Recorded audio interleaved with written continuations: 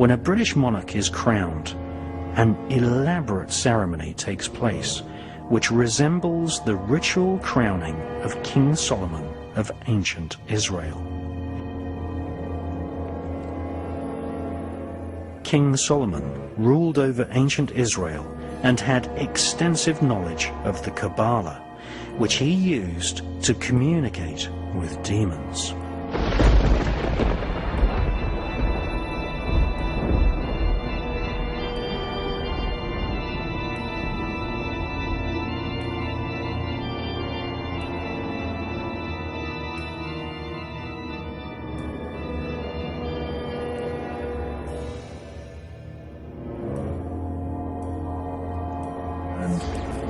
As King Solomon was anointed king, the priest known as Zadok, and the prophet known as Nathan, so thou be anointed, blessed and consecrated, queen over all the people. King Solomon is the single most important figure in the occult teachings of world international Freemasonry. The ancient Goética is a book of powerful invocations and spells written by King Solomon. These ancient spells and evocations were used to summon spirits who were then psychically tortured and forced to serve King Solomon. The Goética contains descriptions of 72 demons, some of whom control their own army of lesser demons. King Solomon evoked and imprisoned these spirits in a bronze vessel sealed using magic symbols.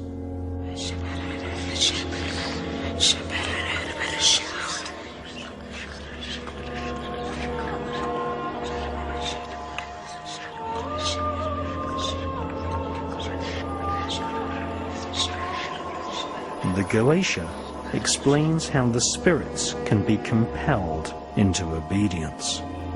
The Goética describes a demonic royal hierarchy of spirits, many of which are referred to as knights, princes, and kings.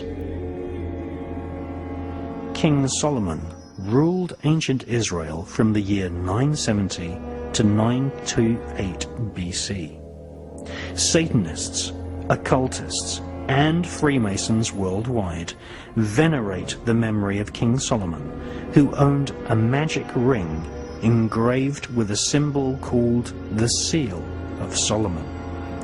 This gave him power over the invisible monarchy of demons. This Seal of Solomon is better known as the Star of David. It is this symbol which is encoded into the $1 bill. It is also the flag of Israel.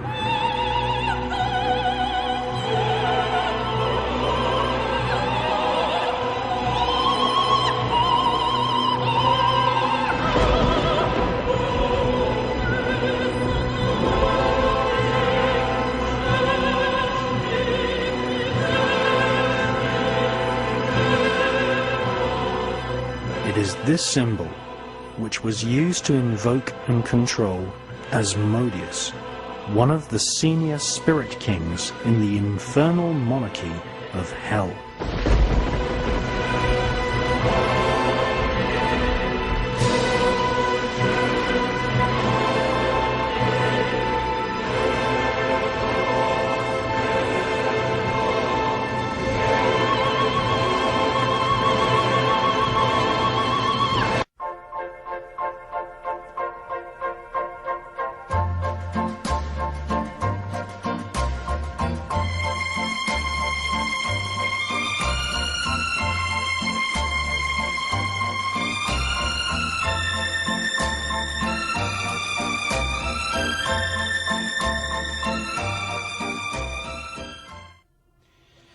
Well, David Icke's book, The Biggest Secret, is one of my all-time favourite books.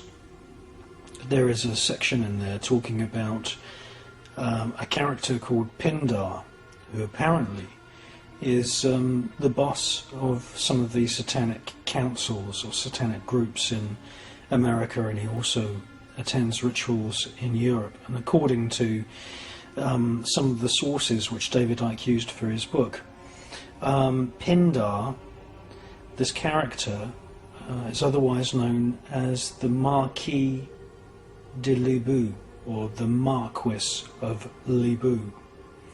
So there is a section in the book saying, you know, can you give us any more information? And David Icke requests the reader, you know, if you've got any information, then come forward. Now, a good friend of mine actually wrote a book called The Way of the Dragon, and it's an excellent book. It's all in French, and I have French grandparents, so it's quite easy for me to be able to research ancient French documents. Now, Libou was suggested to me by my friend as possibly being an anagram of the old French term, which is Bilou or Biliou. Now, Bilou is a plural of the word Belial, and Belial means demon, and Biliou is an old French term for the plural, which is demons. So if Libou is an anagram of Bilou, and I believe it is, this man is attending the satanic councils. Apparently he arrives in a white Rolls Royce or some white limousine, and he calls himself the Marquis of Demons, or the Marquis of Demons. Now, that's absolutely fascinating, because many of the 72 spirits which we see described in the Howling, the Book of Howling, otherwise known as the Goétia, it's also known as the Book of Shadows. Many of the 72 spirits there, you've got all these instructions of how to summon these spirits. Many of them are marquises, many of them are dukes, presidents, kings. I would say probably around a quarter of them have a rank of marquis or equivalent to a marquis.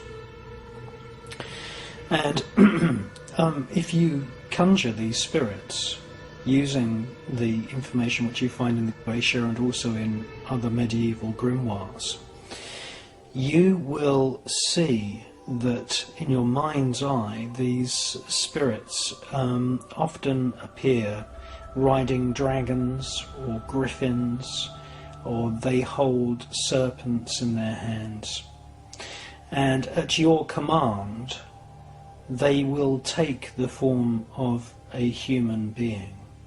At the magician's command they will take the form of a human. But if you look at the sketches which have been used to illustrate many different versions of the Goétia,